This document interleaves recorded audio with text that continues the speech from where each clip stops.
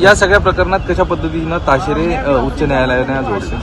आज खरं तर कोर्टासमोर हे सगळे विषय उपस्थित झाले, तर त्यावेळी कोर्टाच्या निदर्शनास असं आलं की पोलिसांनी 41A प्रमाणे जी काही नोटीस द्यायची असते तर त्यांनी नोटीस दिल्या लगेच 3 दिवसांमध्ये जी मिसेस आहेत, सनम आहेत, त्यांना लगेच इमिजिएटली अटक केली आणि नंतर हजर केलं.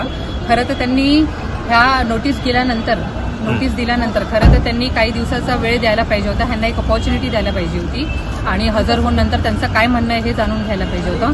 पण हे सगळं प्रोसिजर फॉलो न करता त्यांनी लगेच त्यांना अटक करून हजर करून टाकलं. ते पण कोर्टामध्ये न्यायालयाकडे रात्री 9 वाजता त्यांनी हजर केलं आणि त्यानंतर मग त्यांना अटक करून मग नंतर दुसऱ्या दिवशी बेल घेण्यात आला. कुठल्या पद्धतीत पोलिसांनी सनमला अटक केलं होतं, त्यावेळी काय परिस्थिती होती?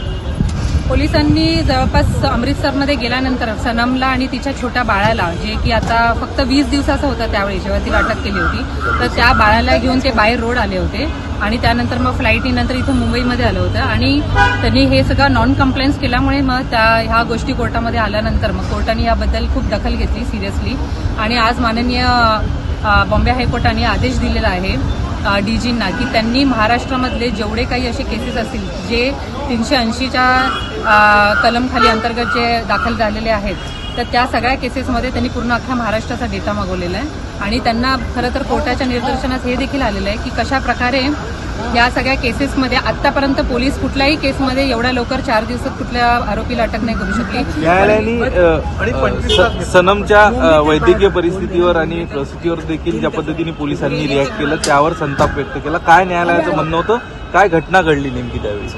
पोलिसांनी जेव्हा सनमला अटक केली होती तेव्हा तिचं बाळ फक्त 20 दिवसाचं होतं आणि तिची सिझरिन झाली होती.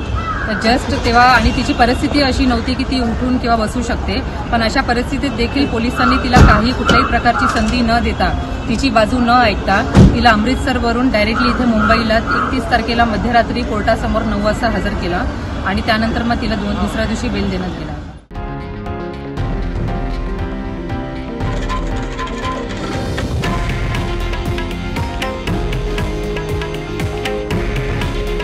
हे आहे देशातील नंबर 1 न्यूज नेटवर्क आणि आपण पाहत आहात TV9 मराठी. काळजी तुमची, हित महाराष्ट्राचं.